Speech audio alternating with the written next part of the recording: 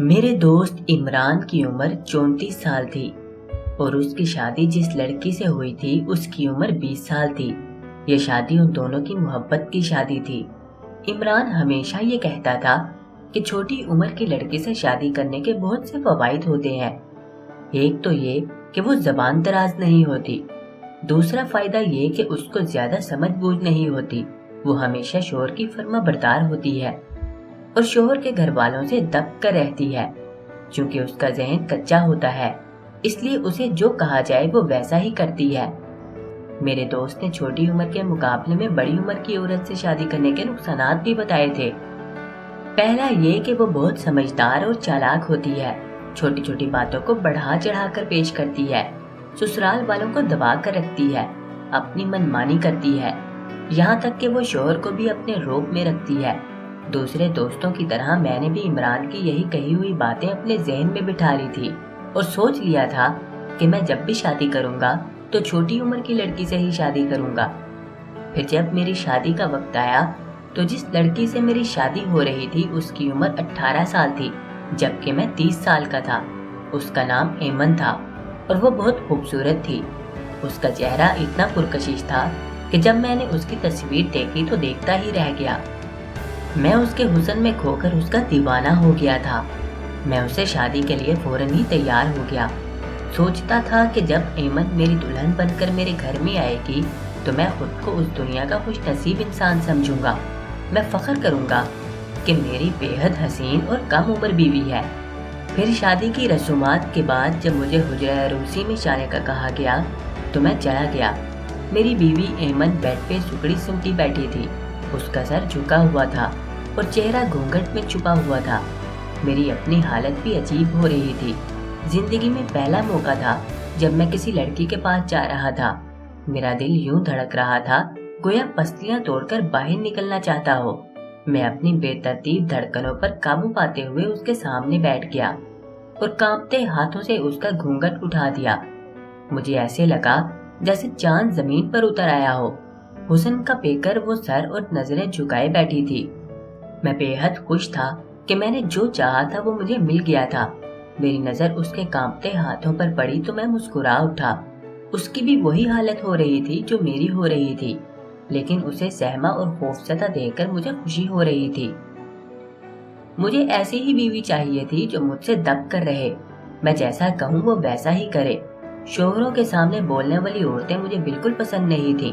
عمران نے مجھ سے کہا تھا کہ جب میں بیوی کو دیکھوں تو اس کی تعریف میں زمین و آسمان کے کلابے نہ ملا دوں۔ اگر بیوی کی بہت زیادہ تعریفیں کرو گے وہ تمہارے سر پر چڑھ جائے گی۔ بیوی کو پہلی رات سے ہی روپ میں رکھنا، اگر ایسا کرو گے تو بیوی کبھی تمہارے سامنے نہیں بولے گی، تم سے ڈر کر رہے گی۔ اسی لیے میں نے ایمن کے حسن کی زیادہ تعریف نہ کی، حالانکہ یہ خود غرضی تھی، لیکن میں نے عمران کے کہنے پر ایسا کیا تھا کیونکہ میں اس کی پڑھائی ہوئی پٹی میں ڈھل گیا تھا۔ کمرے میں داخل ہونے سے پہلے میں نے اپنے موبائل پر 10 منٹ کا ٹائم سیٹ کر دیا تھا تاکہ 10 منٹ گزرنے کے بعد موبائل فون کی گھنٹی بج اٹھے اور 10 منٹ گزرنے کے بعد موبائل کی گھنٹی بج اٹھی۔ میں نے جیب سے فون نکال کر کال اٹینڈ کی اور کان سے لگا لیا، گویا میں دوسری طرف سے کچھ سن رہا تھا۔ پھر میں نے ایمن پر روک ڈالنے کی خاطر خود پر غصے کا لبادہ اوڑھ لیا اور بات کرنے لگا۔ میرا انداز ایسا تھا جیسے میں بہت غصے میں ہوں۔ اس دوران میں ایمن کے چہرے کے تاثرات بھی دیکھ رہا تھا۔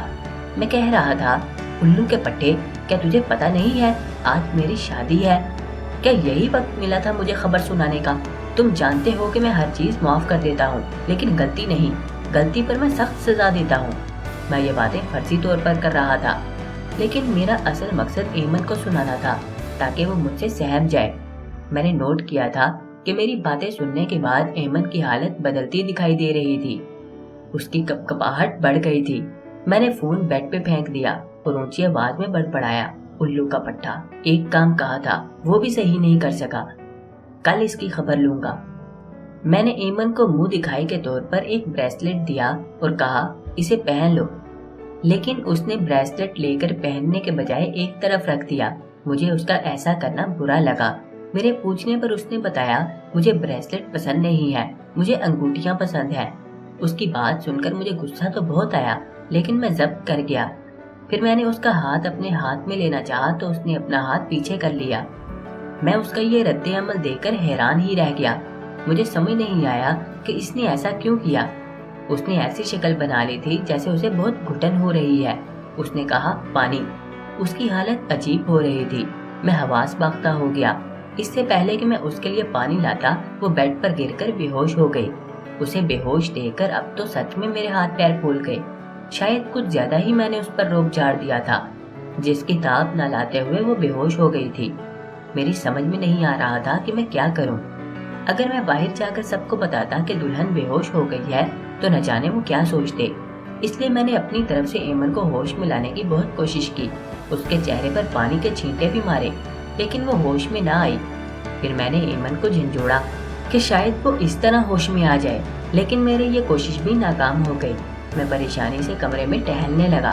میری خالہ تو پہلے ہی بڑی عمر کی عورت لانا چاہتی تھی تاکہ وہ گھر کا سارا انتظام سنبھال لے۔ میری نانی کا بھی کہنا تھا کہ بھلا ایک 18 سال کی لڑکی پورا گھر کیسے سنبھالے گی۔ میں نے سب کی مخالفت کر کے ایمن کو ہی شادی کے لیے پسند کیا تھا۔ پورا 1 گھنٹہ گزر گیا، لیکن ایمن ہوش میں نہ آئی تو میری پریشانی بڑھ گئی۔ میں چاہ رہا تھا کہ بس کسی طرح وہ ہوش میں آ جائے تاکہ مجھے سکون مل جائے۔ شادی ختم ہو چکی تھی، مہمان اپنے گھروں کو جا چکے تھے۔ جو گھر میں موجود تھے، اگر میں جا کر ان سے کہتا کہ ایمن بے ہوش ہو گئی ہے تو میرے رشتہ دار میرا مذاق اڑاتے کہ میں نے ایسا کیا کر دیا کہ ایمن بے ہوش ہو گئی ہے۔ جب کوئی تدبیر کام نہ آئی تو پھر مجھے اپنے دوست عمران کا خیال آیا، وہی مجھے مشورہ دے سکتا تھا۔ چنانچہ میں نے فون کر کے اسے ساری صورتحال سے آگاہ کیا۔ میری بات سن کر وہ ہنسنے لگا۔ اس کا ہنسنا مجھے غصے میں مبتلا کر گیا۔ میں نے غصے سے کہا، میں مشکل میں ہوں اور تم ہنس رہے ہو، تم کیسے دوست ہو؟ مجھے تمہاری مدد کی ضرورت ہے، بتاؤ میں کیا کروں؟ اب میں پچھتا رہا تھا کہ میں نے عمران سے مدد کیوں مانگی تھی۔ مجھے کچھ اور ہی حل نکالنا چاہیے تھا۔ عمران کی بڑی بہن ڈاکٹر تھی۔ اس نے کہا کہ وہ اسے لے کر آ رہا ہے، لیکن میں نے منع کر دیا۔ اس طرح میری سب کی ہوگی اور ہر کوئی مجھ سے عجیب و غریب سوالات کرے گا۔ عمران میری بات سمجھ گیا تھا، بولا میں باجی سے بات کر کے تمہیں بتاتا ہوں۔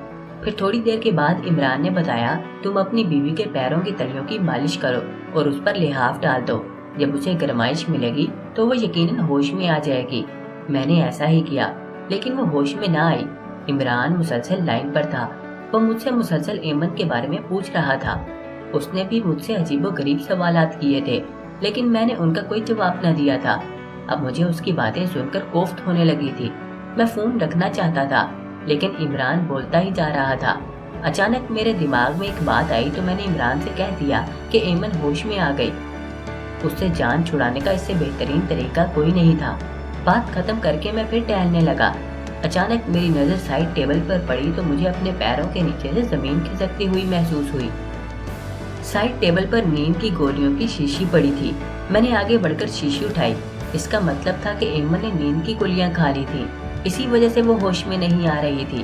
میں پھٹی پھٹی نظروں سے ایمن کو دیکھ رہا تھا۔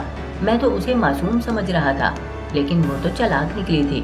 میں ساری رات جاگتا رہا اور سوچتا رہا کہ ایمن نے آخر نیند کی گولیاں کیوں کھائی ہیں۔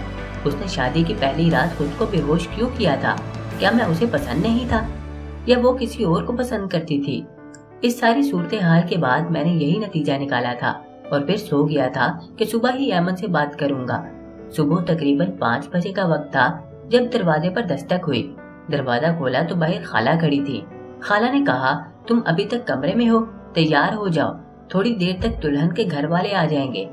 اچھا، میں ذرا دلہن کو دیکھ لوں، یہ کہہ کر خالہ مجھے ایک طرف کر کے کمرے میں چلی گئی۔ میں ڈر گیا تھا کہ جب خالہ کو پتا چلے گا کہ ایمن بے ہوش ہے تو وہ واویلا نہ مچا دے۔ ابھی میں اسی پریشانی میں مبتلا تھا کہ خالہ باہر آ گئی۔ وہ مسکرا رہی تھی۔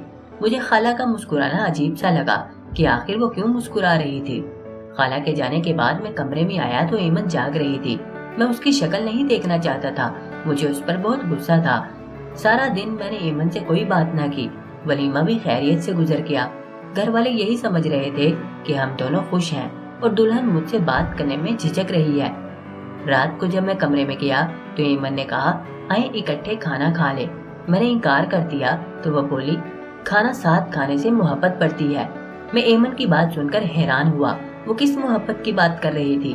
میں نے طنزیہ کہا، لفظ محبت تمہارے منہ سے اچھا نہیں لگتا،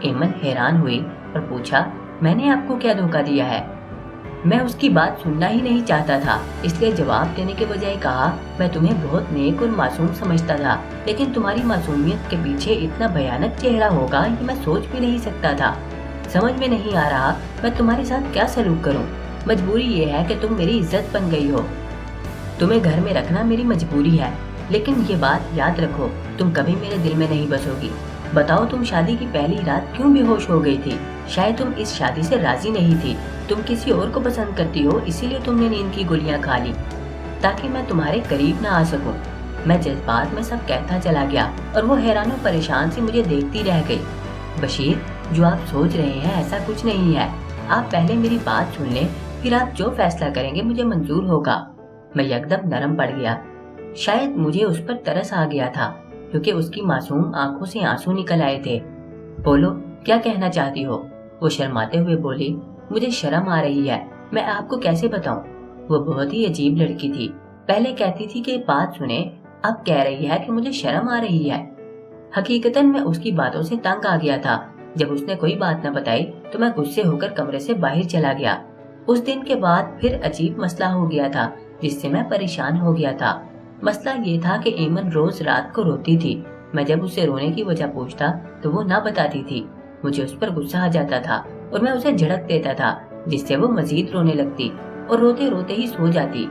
میں نے سوچا کہ شاید میں نے کم عمر لڑکی سے شادی کر کے بہت بڑی غلطی کی ہے، شاید وہ مجھے قبول نہیں کر رہی یا وہ کسی اور سے محبت کرتی ہے اور اسے یاد کر کے روتی تھی۔ مجھے پچھتاوا بھی ہوا تھا کہ مجھے کسی سمجھدار اور اپنی ہم عمر عورت سے شادی کرنی چاہیے تھی، اور شاید میں آج سکون سے زندگی گزار رہا ہوتا۔ اگر اسے کوئی مسئلہ تھا یا پریشانی تھی تو وہ مجھ سے کھل کر شیئر کر سکتی تھی، لیکن وہ تو کچھ بتاتی ہی نہیں تھی، بس روتی رہتی تھی۔ کافی سوچ و بچار کے بعد میں نے یہی فیصلہ کیا کہ میں خالہ کو سب کچھ بتا دوں گا تاکہ وہی ایمن سے بات کرے کہ اسے کیا مسئلہ ہے۔ دوسری بات یہ تھی کہ خالہ یہ سب سننے کے بعد مجھے تانے دیتی کیونکہ ایمن میری پسند تھی اور میں نہیں چاہتا تھا کہ وہ مجھے کوئی بات کہے۔ ایمن تو ایسے روتی تھی جیسے میں اس پر بہت ظلم کر رہا ہوں۔ کبھی کبھی مجھے اس پر ترس بھی آتا تھا اور میرا دل پسیج جاتا تھا۔ کئی دن گزرنے کے باوجود بھی اس نے کچھ نہیں بتایا تھا، شاید وہ اب مجھ سے خوفزدہ تھی۔ ایک روز میں نے باتوں باتوں میں ایک اور دوست اکرم سے ایمن کے حوالے سے بات کی تو کچھ دیر سوچنے کے بعد اس نے کہا، بشیر، کم عمر کی لڑکیاں بہت نازک اور معصوم ہوتی ہیں، ان کو کئی باتوں کا پتہ نہیں ہوتا۔ تم اپنی بیوی سے پیار و محبت سے بات کرو، اسے سمجھاؤ کہ اب وہ تمہاری بیوی ہے اور اسے تمہارے ساتھ زندگی گزارنی ہے، تم اس کے دکھ اور سکھ کے ساتھی ہو۔ مجھے امید ہے کہ وہ تمہاری بات سمجھ جائے گی۔ چونکہ میرا دل ایمن سے اچاٹ ہو چکا تھا اور میں نے فیصلہ کر لیا تھا کہ میں اب کبھی بھی ایمن سے فضول بات نہیں کروں گا، لیکن میں نے اکرم کے کہنے پر ایمن سے بات کرنے کا فیصلہ کر لیا تھا۔ میں آخر جاننا چاہتا تھا کہ وہ روزانہ رات کو کیوں روتی ہے۔ اس رات سونے سے پہلے میں نے اسے اپنے پاس بلایا تو وہ سعادت مندی سے چپ چاپ آ کر میرے سامنے بیٹھ گئی۔ اس کا سر جھکا ہوا تھا اور نگاہیں اپنے ہاتھوں پر تھیں۔ میں نے پیار سے کہا، ایمن، مجھے بتاؤ تم نے شادی کی رات نیند کی گولیاں کیوں کھائی تھی؟ اگر کوئی راز کی بات ہے تو مجھ سے شیئر کر سکتی ہو، میں تمہارا شوہر ہوں۔ اگر تم مجھے نہیں بتاؤ گی تو پھر کس کو بتاؤ گی؟ میرے پیار بھرے لہجے کا اثر تھا کہ ایمن بولنے پر مجبور ہو گئی۔ اس نے جھجکتے ہوئے ایک عجیب بات بتائی، بشیر، میں نہیں چاہتی تھی کہ آپ میرے پاس آئیں، ورنہ آپ کو مجھ سے شاید نفرت ہو جاتی اور آپ مجھے ہمیشہ کے لیے چھوڑ دیتے۔ میں تجسس میں پڑا کہ آخر ایسی کیا بات تھی کہ جس سے مجھے ایمن سے نفرت ہو جاتی۔ میں یہ جاننے کے لیے بے چین تھا۔ میں نے کہا، مجھے سمجھ نہیں آ رہی کہ تم کیا کہنا چاہتی ہو، تم میری بیوی ہو، بھلا مجھے تم سے کیوں نفرت ہو جاتی؟ میں نے تم سے شادی نفرت کرنے کے لیے نہیں کی، ہم جتنا ایک دوسرے کو سمجھیں گے تو ہم میں محبت بڑھے گی۔ بتاؤ آخر کیا خاص بات ہے؟ ایمن کچھ دیر سر جھکا کر بیٹھی رہی، پھر بولی، بشیر، میں آپ کو ایک راز بتا رہی ہوں اور مجھے امید ہے کہ آپ یہ راز اپنے تک محدود رکھیں گے۔ میں نے کہا، ہاں، میں تمہارا راز اپنے تک ہی محدود رکھوں گا۔ ایمن کچھ مطمئن ہوئی اور بولی، میرے گھر والوں نے آپ کے ساتھ دھوکہ کیا ہے، انہیں ایسا نہیں کرنا چاہیے تھا، آپ کو شادی سے پہلے بتا دینا چاہیے تھا تاکہ آپ فیصلہ کرتے کہ آپ کو مجھ سے شادی کرنی چاہیے یا نہیں۔ آپ شاید سمجھ رہے ہیں کہ میری زندگی میں کوئی اور ہے جس سے میں محبت کرتی ہوں اور اس کی خاطر روتی رہتی ہوں، تو ایسی کوئی بات نہیں ہے۔